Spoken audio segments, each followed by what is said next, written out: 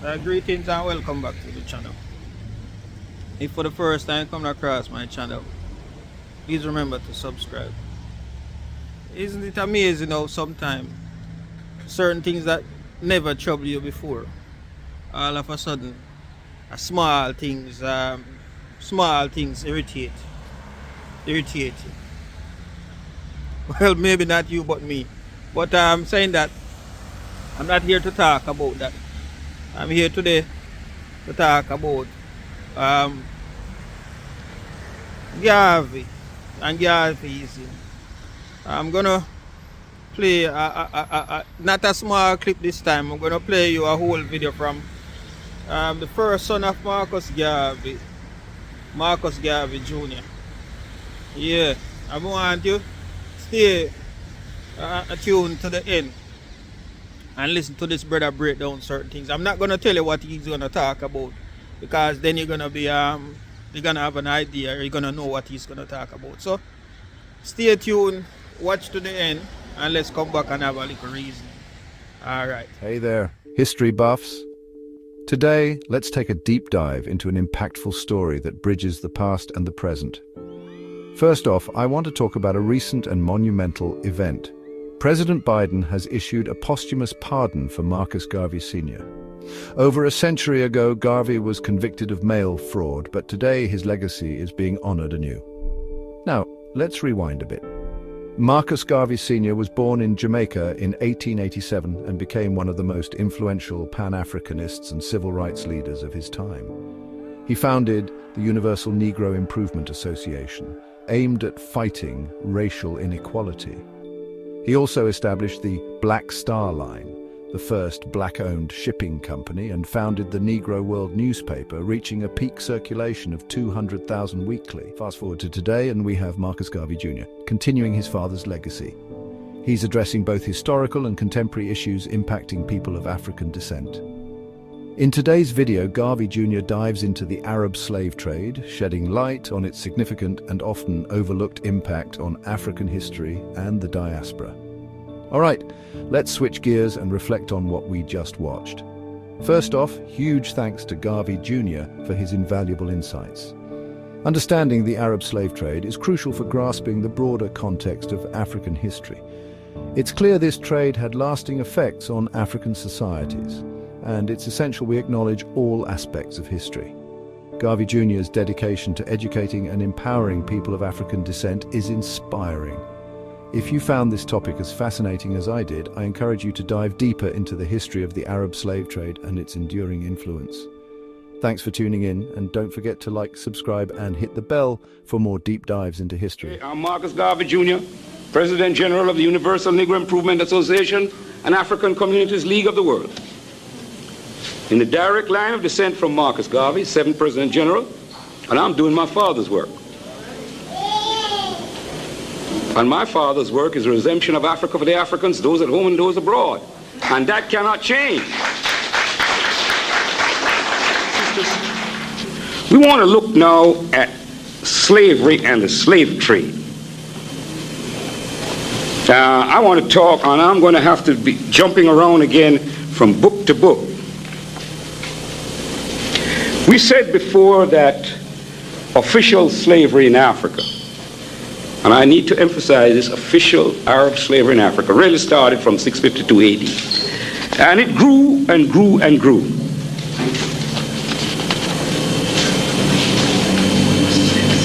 And I want to make this statement, so for your own records. It should be noted that slaves had been sent to Arabia from Kush, Meroe, and Aksum, modern Ethiopia and Somalia, across the Red Sea intermittently and sporadically for some 250 years before 652 AD. However, the formal institutionalized regular trading in African humanity conducted by the Arabs of North Africa and the Middle East began at this time. Okay? Now let's look at the Eastern trading patterns. The slave trade had three routes. First, across the Sahara to North Africa. And North African countries of Morocco, Algeria, Libya is the big one, and Egypt. and Egypt. So if you look at the top part, you're going right across there. They crossed the Sahara. And immediately I want to tell you that crossing the Sahara in those days was no mean feat. You're looking from the takeoff point where the slaves were captured, and you're looking at the top of Nigeria, go down now, yes, the coast, the back coast there, further up the coast, more inland, right, across there. You see, you look across that pull across there, you're looking at 700 miles in those caravans, across that sand.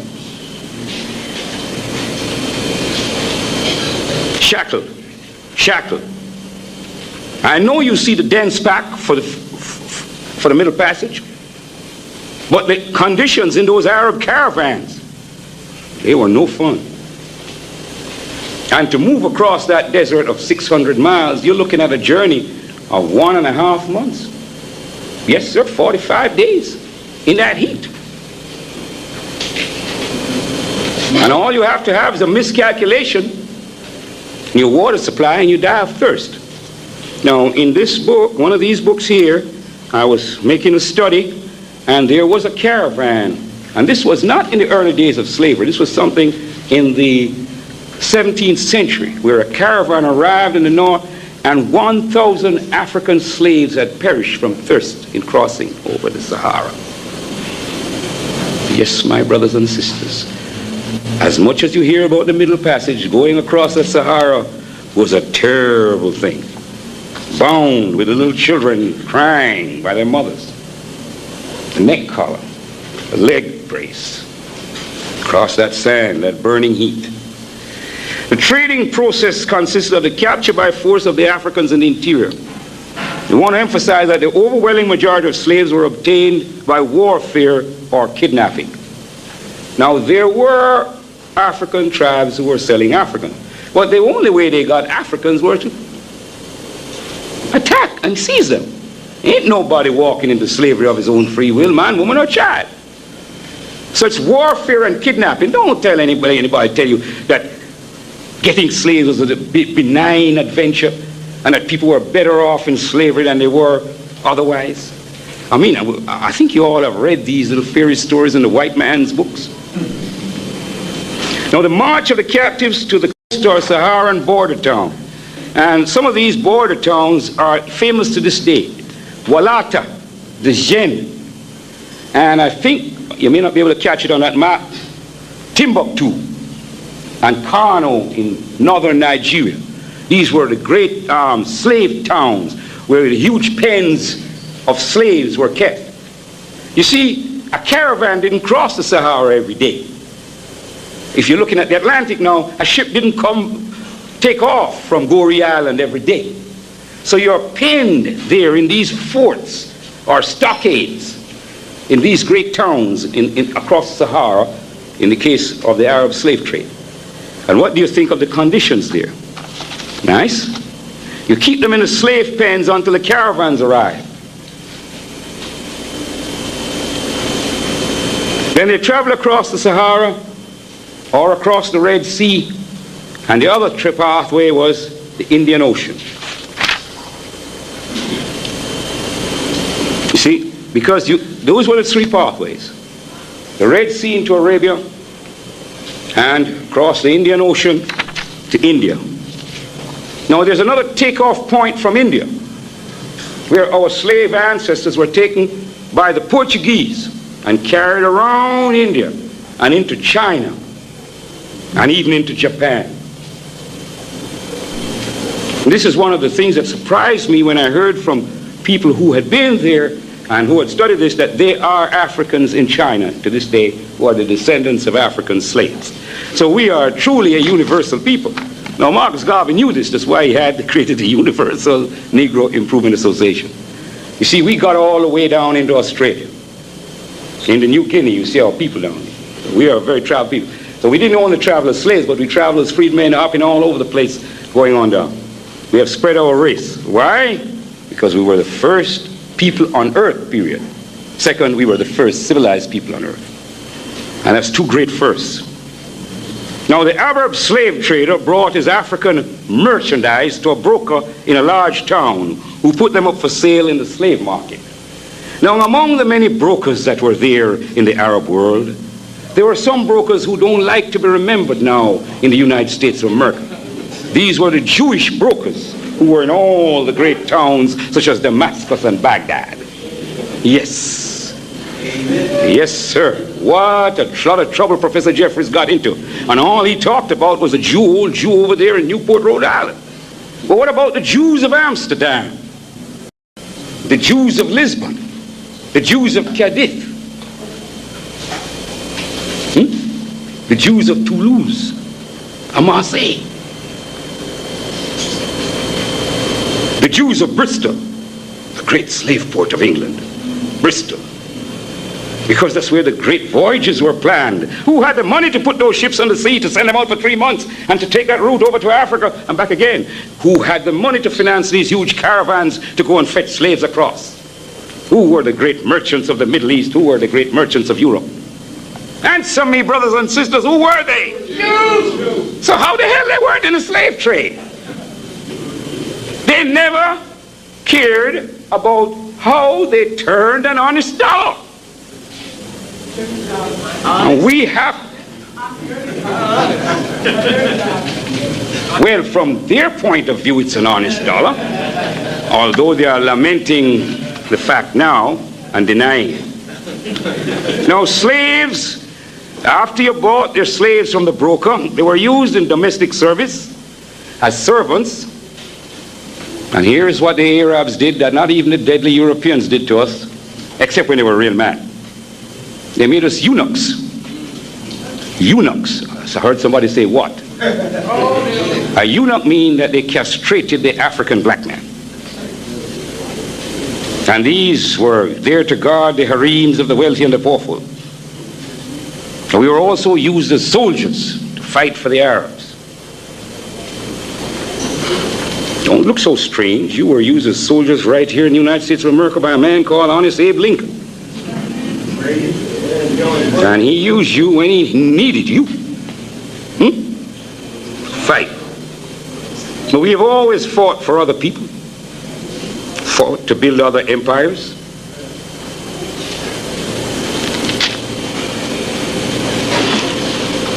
Now, more limited use was made of African slaves in agriculture, mining, and industry than was used in the Western slave trade.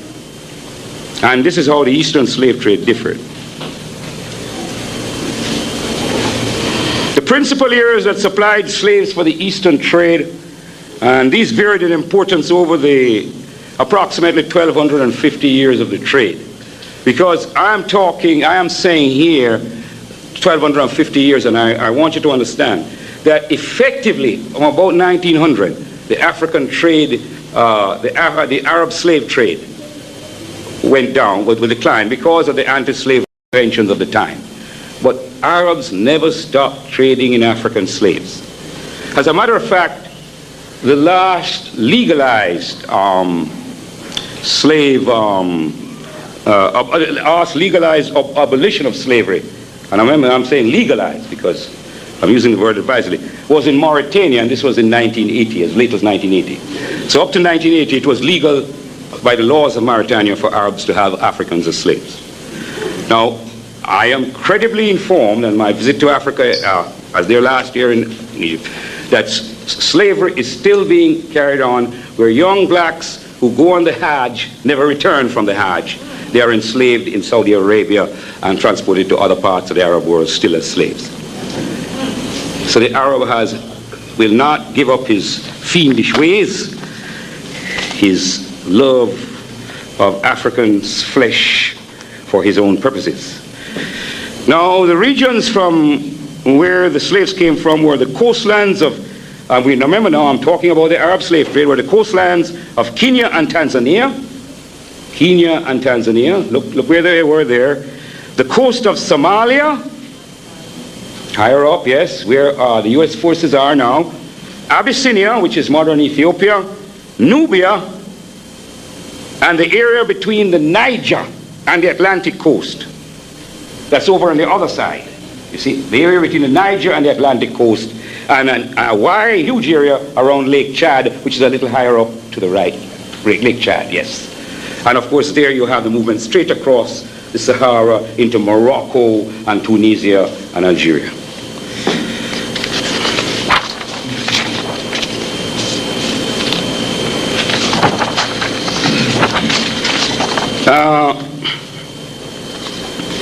Some people will say that Arab slavery was kinder than European slavery.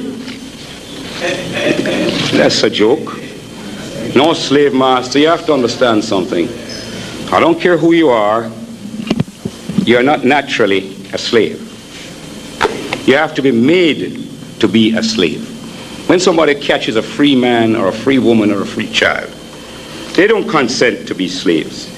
You have to do. The thing that they all use was a thing called seasoning. That means when they get the slave first, they have to train him to be a slave. And what was the tool of training? Whip. Whip. And everybody used the whip on the African. Whether every kind of European, German, Frenchman, Italian, Spaniard, every Portuguese, everybody used the whip. And believe me, the Arabs used the whip too. Yes, sir.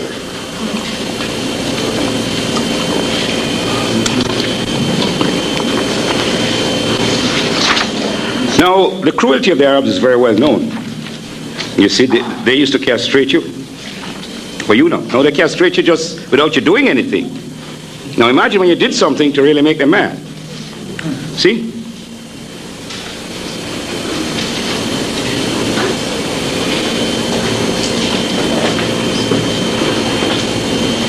The thing about slavery in the Arab world is that the proportion of domestic slaves, house slaves, was much greater. So in a sense, because a plantation slave was... Okay, all right, good. I'll have to use these up.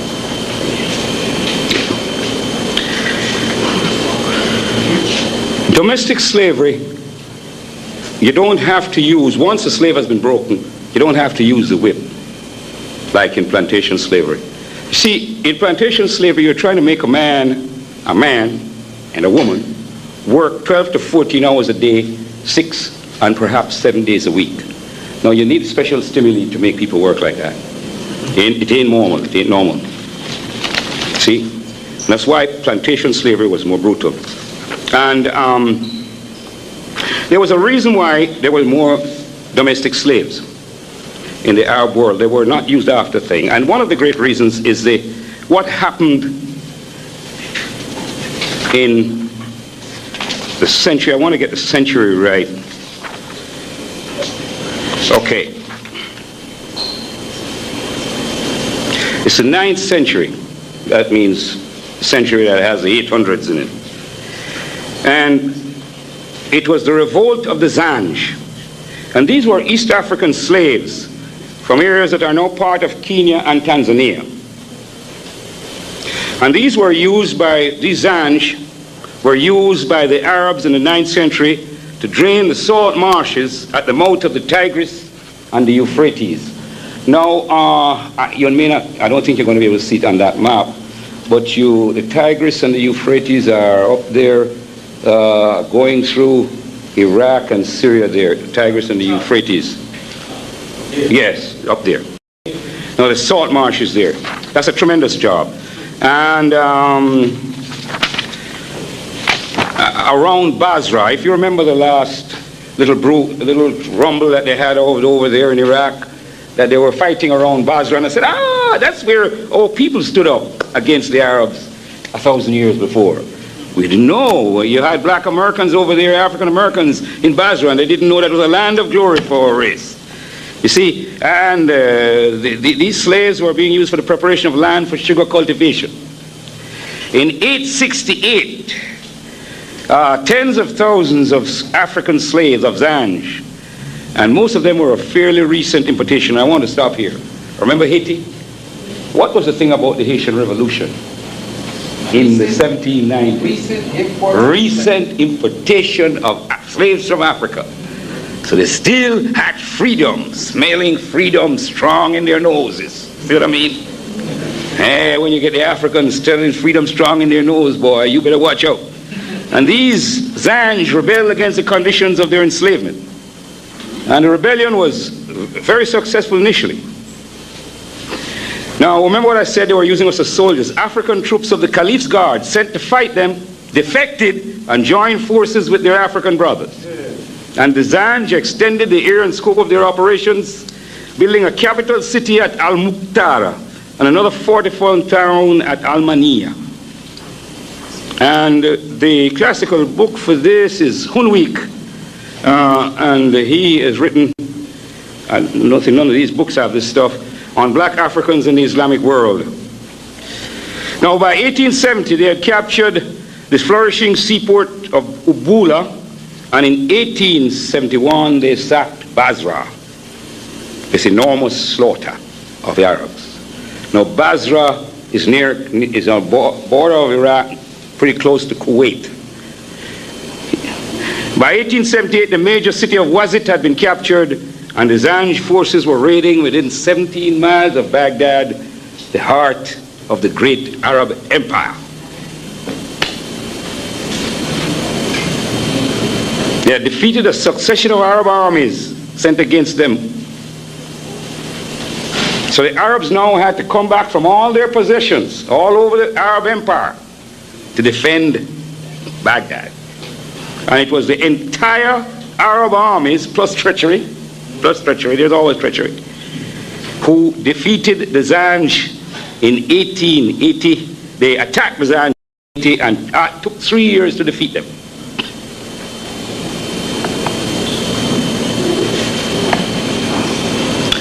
After those tremendous battles, which almost caused the overthrow of the whole Arab Empire, the Arabs never used Africans in plantation slavery again.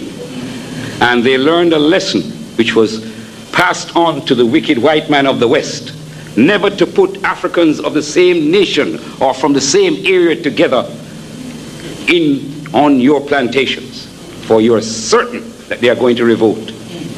And that is what happened to us, and why we had such difficulty in the United States and also in the Caribbean and South America, because they divided us up. In fact, the Portuguese made this mistake most of all, and that's why there were so many very powerful slave revolts in Brazil until they studied their history and corrected it.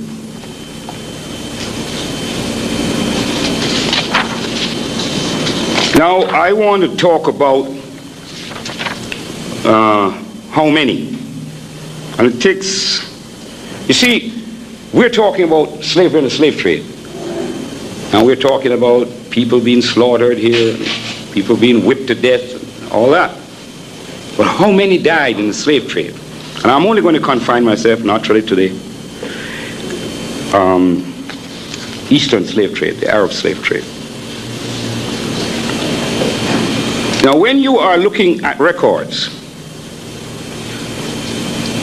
to try to come to a conclusion as to how many Africans died in the Eastern slave trade, the first problem you come about is the number of areas of loss where there are no statistics available. Where would you find the documents that details the caravans that cross the Sahara? Now, that is not, fictitious, because those documents are somewhere, but those documents are in the hands of Arabs, or they may have been destroyed. So an African historian can't get his hands on them.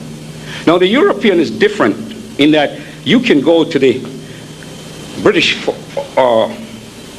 Marine Department or whatever it is, or the French Marine, and if you can actually look up those documents. The Europeans like to keep documents. But the Arabs are very cunning, and they don't keep documents.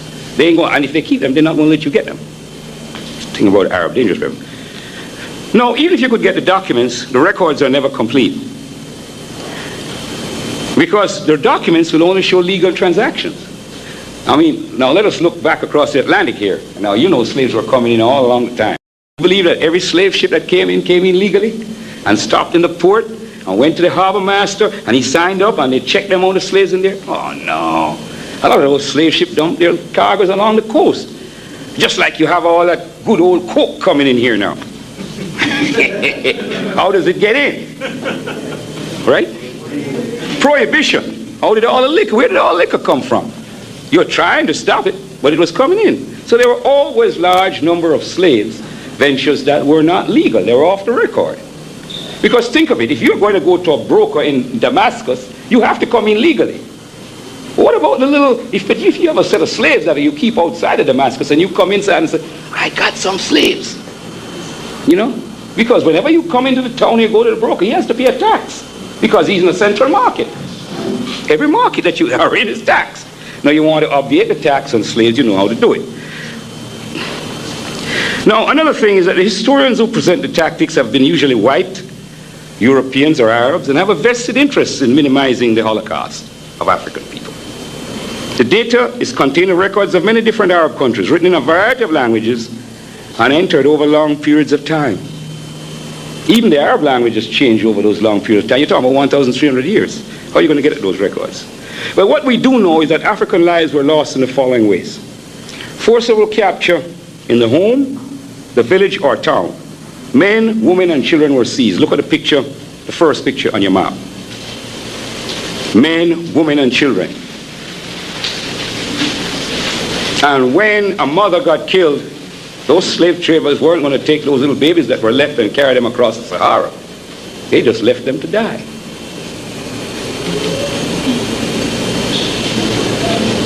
In the process of captures, mothers and fathers were separated from their children, the children perished. Slaves, as we said, were taken because of, as a result of wars. The march across to the Saharan border town. If you're captured in Africa, remember you have to go to this Saharan border town, somewhere across that Sahara, where you're put in those slave pens, and that's the first distance you have to travel. And that distance could be easily 100 miles, or 150 miles, through bush, dense vegetation. Now, in the slave pens, there you were waiting for the caravan, and the conditions were generally not very good. If you're penning cattle, and slaves, those slaves were very important, but you don't take care of them like you take care of your family. Then there was a journey across the Sahara, the Red Sea, or the Indian Ocean. And all of these, here are people who have never been on a ship if the case they're going across the Red Sea. It could be, you say, well, it's a short trip. If you're going across the Indian Ocean, it's a long trip. See? But you're going across the Sahara, that's another long trip. So you lose a lot of lives. Slaves were literally worked and beaten to death on the plantations. Well, we have to admit that there was not a large amount of plantation slavery in the Arab slave trade, and we have given the reasons why. They changed their tune after the 9th century. But before that, they were using Africans very liberally. In order to calculate the number of African lives that were lost in the Holocaust, in the Arab Holocaust, we have to work from the number of slaves that were transported across the Sahara, the Red Sea, and the Indian Ocean. And the figure that I worked from was given by the Nigerian historian Inikori in the journal Tariq, which is the journal of the Nigerian Historical Society. And he came up with a figure of 10 million slaves exported from Africa during the 1250 years of the Eastern slave trade. Well, if you divide the numbers out, that figure comes out rather low. And after revision, I think that, you see, the average figure is 8,000 slaves per year. But there were periods in the Arab slave trade where the figures were way, way, way over that. You see? And 8,000 was nothing. You see, so we have to believe that this figure is a little low. And it's much more difficult to get accurate figures on the Arab slave trade as compared to transatlantic slave trade. Not to say that any of these figures are very accurate. So I use a figure of 15 million as my base figure. Now what we can assume with great force is that for every slave, and this is, I think, is a very conservative estimate, for every slave that you land in Damascus or Baghdad or in Goa in India you see, or in Cairo, or in Tripoli, all of those border towns across the Mediterranean. Remember, they had to cross that Sahara. For every slave successfully landed there, which is what the figure talks about. They only talk about the slaves that come over. 2 slaves were lost for every one that was landed. And anybody will tell you that that is a very conservative estimate. Right. So right away, you're looking at 30 million. You see?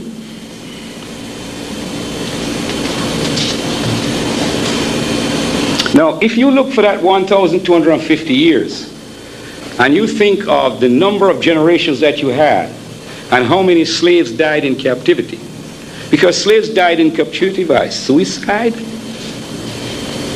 because they were simply beaten to death, the kind of work that they did was hazardous, because slaves were used in mining in the Arab world. Although they took them off the plantations, they used them in mining because they had better physical control over them in the mines. That was hazardous work. See?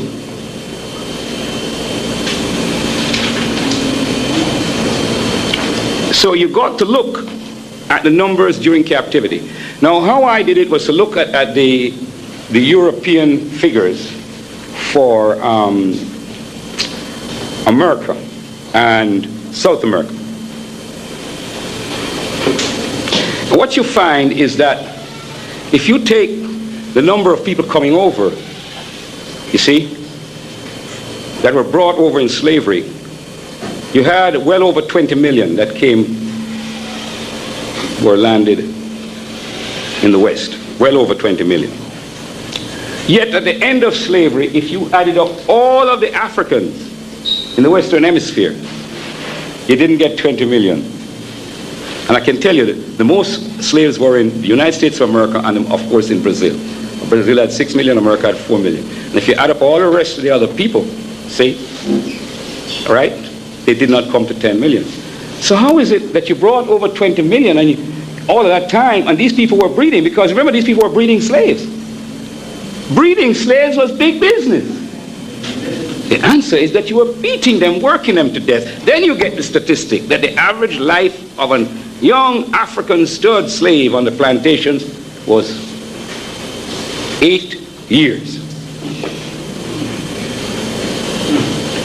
So, we say that if you take that total that we had, then at least that amount of people must have died over that 12,050 years. So if we're looking at 15 million, right, we're saying that another 15 million died because you harassed them, beat them to death over all the generations that you had for 1,250 years. So now you're going to 45 million. Now what is the percentage that died crossing the Sahara or the Red Sea or the Indian Ocean? Remember I told you about the case where a caravan came and 1,500 died from thirst. But I was nice and kind and I said, if we're looking at 15 million, right, I'm saying that 20% mortality rate on the caravans. This is a better rate than was on the ships, because you know that on the ships coming across where the conditions were more hazardous, we will admit, it was as high as 25 and 30% mortality rate on those slave ships. Even the crew had a mortality rate of around 18-20%. The crew and their conditions were superior to the dense-packed Africans on board those slave ships.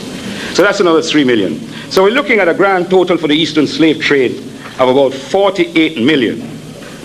48 million in the Arab slave trade. And this is the minimum. It could be very much higher than that. But for 1,250, and we can't stop at the 1,250 here because they're still enslaving us. Still enslaving us. And as far as I know, they could be still castrating us too. Well, the slave trade has ended, quote unquote, and we have to ask the answer why. I want you to ask the answer, I want to ask the answer myself, why? I said, why did we Africans allow ourselves to be enslaved by the Arabs and the wicked white men of the West, the Aryans, and decimate us for such long periods of time without a unified and concerted response? Damn it. Don't you realize that sometime that African life is being destroyed? I don't care what tribe you belong to. Hell. Now, I mean, you're going to say that we live in a time of enlightenment. So here am I, I'm an African Caribbean man, and if I hear that they kill my African American brother or African South American brother somewhere, I get mad. Maybe you're going to say, well, we know now that if they kill him, they would kill me. But damn it, 500 years ago, we should have realized the same thing, or 1,000 years ago. There was no distinction in who they were snatching. There was no distinction. Now, I don't know why. I tried to look at the thing, and this is, of all my analysis, this is the one I have the most, I mean, try and see if you can help me on this. I came up with 5 points that may have accounted for why we behaved the way we did. The first one was slavery was acceptable among the nations. And it's the fact that during the major portions of the periods over which our Holocaust occurred, slavery was an acceptable practice of the law of nations. But the brutality of the slave trade, again, this is not sufficient to explain. Racial awareness. Africans lacked racial awareness. Now, this is a big one. I think there's some truth in this. Now, we are not as racially aware as other people. And I speak from my experience in the Caribbean, which is a good experience because we have there we have the white, yellow, and brown, and the black. The only thing we don't have down there is a red man because they wiped him out a long time ago.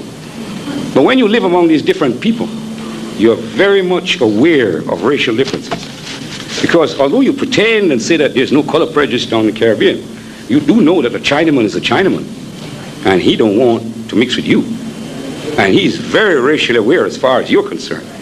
You know, when he has his association, you dare don't put your black, you know what, in there. He's in there organizing. The Arabs have their organization and they're organizing. The East Indians, a cocky set of brown fellas from over in Asia, they have their organization. You don't dare come near there. So we know that. You see, people are racially aware. And as for the white man, we know how racially aware he is. But all these fellas are racially aware. White, yellow, brown, or red. And by the way, a lot of people don't know that the Red Indians had slaves here in the United States of America too. Yes, sir, the Cherokee Nation had a whole lot of slaves. Yes, sir. Yes, madam, they did.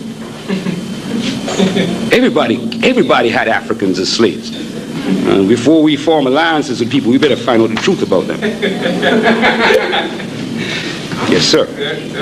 Yeah, you can go in the library, go in the Newark Library, you'll see what they call it, red over black. That's another famous book on the whole Red Indian slavery. And they had us as slaves.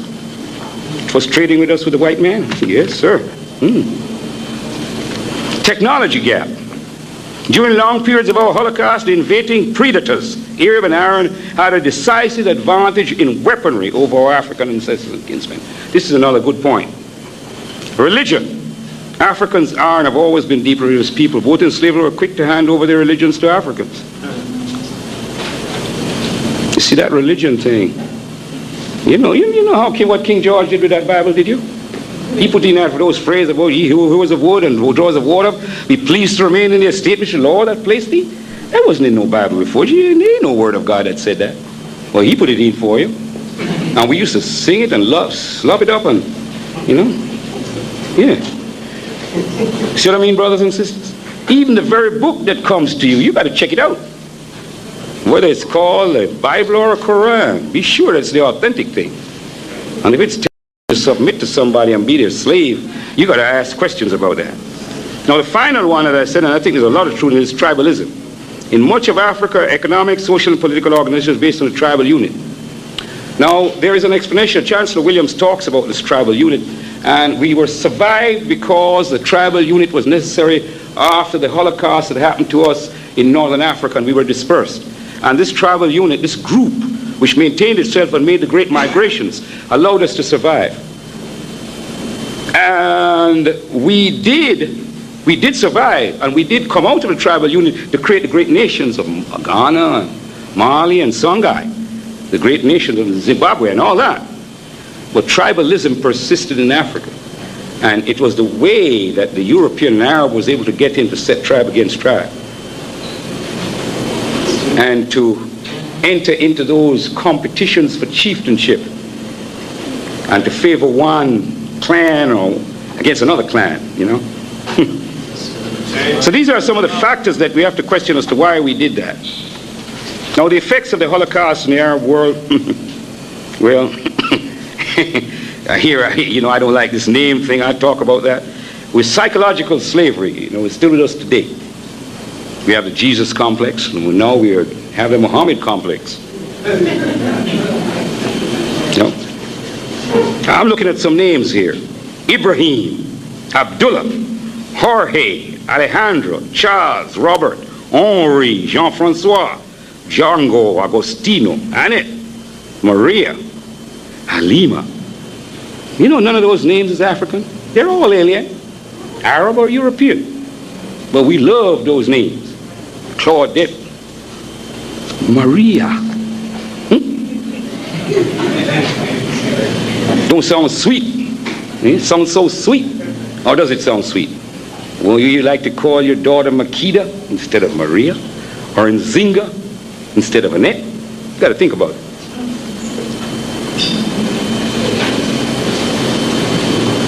Now, one thing that we know psychologically, I know you're getting a little restless now, but I ain't finished with you yet. I'm going to get you here and put this into your head so you come out of here with something in that you never heard before. The African tradition and value system. The African tradition and value system. That's one of the things we have lost because of enslavement and this great diaspora. These high moral standards have been debased in many areas of the diaspora, and even the mother of Africa, by association with Aryans and Arabs, two races which are notoriously prone to homosexuality and lesbianism. Oh, you didn't know I was coming with that? I'm never going to let you go without that. The practice of lesbianism derives its name from the Greek Mediterranean island of Lesbos. The subtle, steady infusion of homosexual values and ideals from the surrounding alien culture into African communities of diaspora is a menace that must be recognized, attacked, and eradicated. Now, the rape and spoliation of African womanhood by the white man, Arab and European, during the periods of our enslavement, have created a wide assortment of color and phenotype in the diaspora. Now, I like to talk about the Caribbean, because we come over here and we say we're such bad dudes and everything is all right down below there, but it ain't all right at all. Because if it's so all right, why is it that we don't have power throughout the Caribbean? Why can't we invite our African brothers and sisters to come down and enjoy the Caribbean with us? Why do our posters tell us about white people coming down to enjoy the sands and beaches? And we got 35 million beautiful black people up here who should be down there with us, taking over every square inch of the place, right? Right. Ain't happening though. Look at these things that we have. We worried about color. And look at this classification. There's a famous Jamaican classification. You have passing for white, high brown, low brown, teasing brown, plain black, and pot black. Ooh. But that's nothing compared to the divisions that you had in Haiti. Boy, they had so many different ones. They divided down to an ethnological unit of 1/64th part of Aryan blood. That means they had 64 different classifications. Man, we were crazy. Now, now all you don't laugh now, I remember a little old friend of mine now, he made a movie called School Days. You forget that? You got some problems like that right over here. They ain't gone away yet. You got some people that think that they're qualified for leadership just because of the color of their skin. And something else. Right here in America. So we all got some bad faults. That's why we're not ruling the world now. No, we got to get rid of all those faults. Clean up our minds.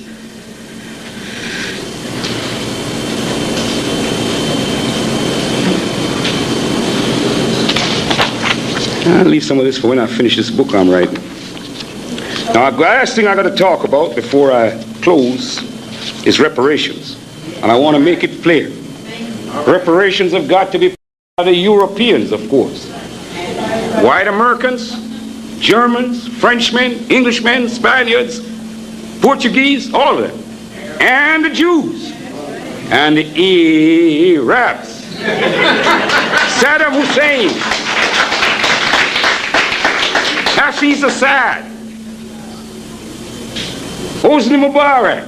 All of those dudes have to pay reparations because they enslaved us for 1,300 years. That's a long time to to be under the whip to the Arab. Now, what are the reasons for reparations? We demand reparations for the following reasons. One, the murder, mutilation, and torture of our ancestors and kinsmen during our enslavement. Two, the wages which were not paid to our ancestors and kinsmen during the periods of chattel slavery. The pain, suffering, and mental cruelty to which our ancestors and kinsmen were subjected. The possessions and property which were lost to us when we were forcibly removed from our homeland of Africa. The loss of our freedom during slavery. That's 5 reasons for reparations, and I'm certain we could find more. Now, in 1989, when I first wrote this little paper, which I've been quoting so liberally from, I did a calculation on the reparations that were owed to the Africans of the Caribbean. Now, it was easier to do because I had a baseline to work from. What I used was the amount of money that was given to the white planters of the Caribbean in 1834 to compensate them for the slaves. And that was 30 million British pounds, which was 120 million US dollars. And how did I start my calculation? I said, well, there were 16 generations of slaves up to the time of 1834. And I worked that out roughly. So this is a general technique for working out. And I'm saying, therefore, that if I have 120 million for the worth of this generation, and there were 16 generations of slaves during slavery, then when you work that figure out, you have $1,920,000,000. Now, because we are modern Africans and we know that interest is always involved in calculations, we calculate at the very conservative rate of interest of 5%. And we apply the well-known compound interest formula. You can't see it from here because I hold it up. A is equal to P into bracket 1 plus R over 100 to the power T, where A is the amount, P is the principal or initial amount, R is the rate, and T is the time. Now when you apply that formula for the period, you get your P is the 1,920,000,000, your R is 5%, and your time was from 1834 to 1989. It's 155 years. Now when you work out that amount, you come to this awesome figure. Let me just count the amount of zeros, and then you have 9 zeros, and in front of that you have 3,694,900. I don't know how to describe that. Okay, let me give it to you. It's 3.695 to the power countries of the Caribbean. I mean, I talk again of Jamaica because I'm very familiar with there, but of every dollar that is raised in taxation in Jamaica, more than 50 cents of that dollar goes to service the external debt owed to the International Monetary Fund and the World Bank. The latest figures that I had for Africa show that the total debt of the 30-something countries in sub-Saharan Africa is in excess, and this figure was from about 1986, was in excess of $310 billion. It's much greater now. So you see that the load that we are carrying can be relieved by reparations. Now, people talk about the passage of time. I don't agree. The passage of time cannot affect the validity of our claims for reparations. No statute of limitations can run against monumental and massive genocide.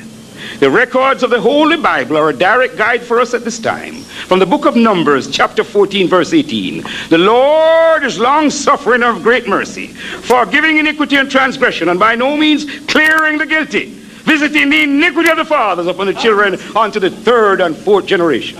We have to away with us the 3rd and 4th generation of our enslavers, since the institution of slavery was ended in the period 1834 to 1900. Bill Clinton and Al Gore, listen to our cry for reparations. In conclusion, I say, no race of people can disregard their history. They do so at their very peril. But the African, above all others, has a special lesson to learn from the history of our enslavement and degradation. We must say more than any other people, never again, never, never, never again. God and history will judge the Arab white man of the East and the man of the West. But it is for us, the Africans of the diaspora, to prefer the bill of indictment. Brothers and sisters, I thank you, and I hope that the little words I've given you today make a lot of sense to you and will make you ponder for some time to come. Yes, sir.